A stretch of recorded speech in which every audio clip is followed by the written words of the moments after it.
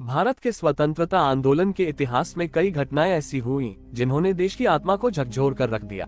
परंतु 13 अप्रैल 1919 का जलियांवाला बाग हत्याकांड उस काली तारीख के रूप में हमेशा याद किया जाएगा जब निर्दोष नागरिकों पर अंग्रेज हुकूमत ने गोलियों की बरसात कर दी।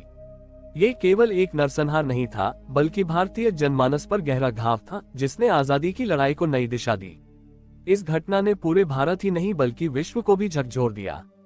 लोग अंग्रेजी हुकूमत की निर्दयता से हैरान रह गए। इस रक्तपात ने भारतीयों के दिल में यह आग भर दी कि अब गुलामी सहन नहीं होगी।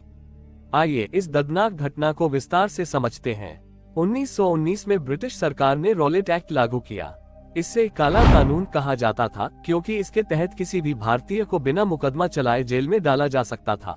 प्रेस की स्वतंत्रता छीन ली गई थी, सभाएं और आंदोलन प्रतिबंधित कर दिए गए थे। इस कानून का विरोध पूरे देश में हुआ। महात्मा गांधी ने सत्याग्रह का आह्वान किया। पंजाब इस विरोध का बड़ा केंद्र बना।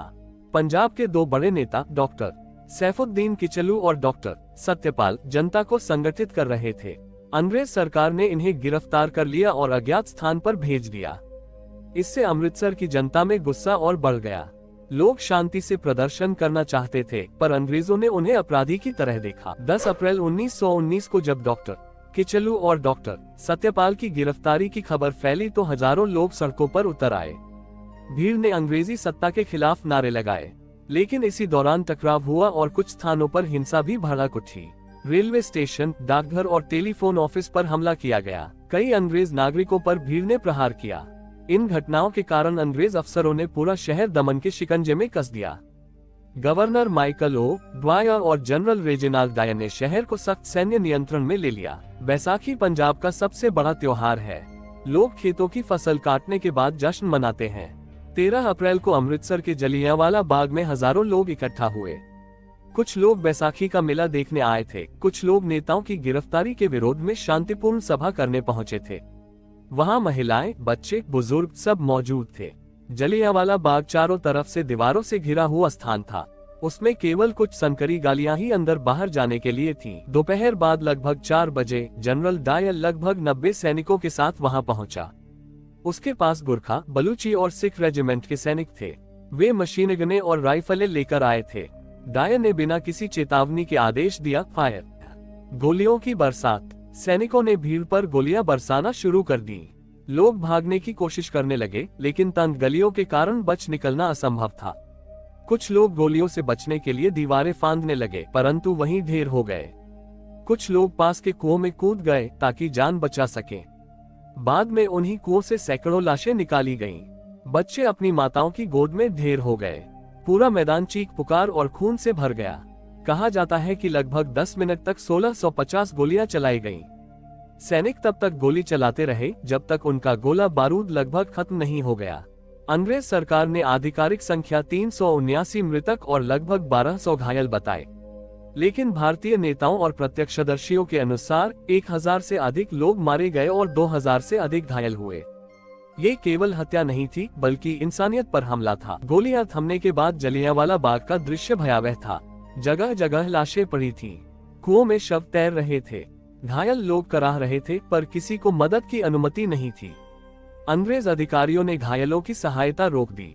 कई लोग रात भर वहीं तड़पते रहे और दम तोड़ दिया। इस घटना के बाद भी दमन जारी रहा। शहर में कर्फ्यू लगा दिया गया। लोगों को सड़कों पर रेंगने की सजा दी गई, क्रॉलिंग ऑर्डर। गांवों में हवाई जहाज से बम गिराए गए। निहत्थे नागरिकों को कोड़े मारे गए।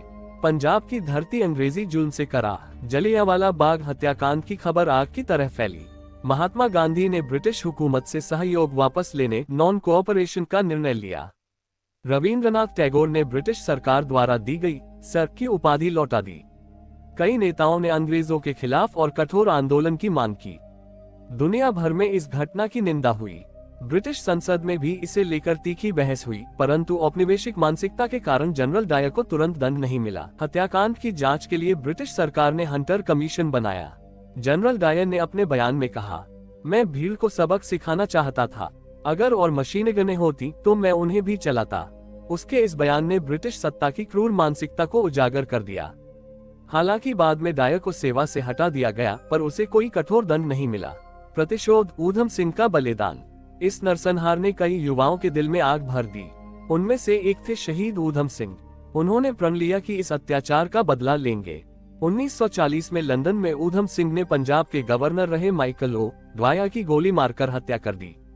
उन्होंने अदालत में कहा, मैंने ये बदला जलियांवाला बाग के शहीदों की याद में लिया है। 23 साल बाद जाकर उन शहीदों की आत्मा को सच्ची श्रद्धांजलि मिली। आज भी जलियांवाला बाग अमृतसर में मौजूद है। वहां की दीवारों पर गोलियों के निशान आज भी देखे जा सकते हैं। वह कुआं जिसमें लोग कूदकर मरे आज भी संरक्षित है। हर साल लाखों लोग वहां जाकर श्रद्धांजलि अर्पित करते हैं। ये स्थान आजादी की कीमत और बलिदान की याद दिलाता है।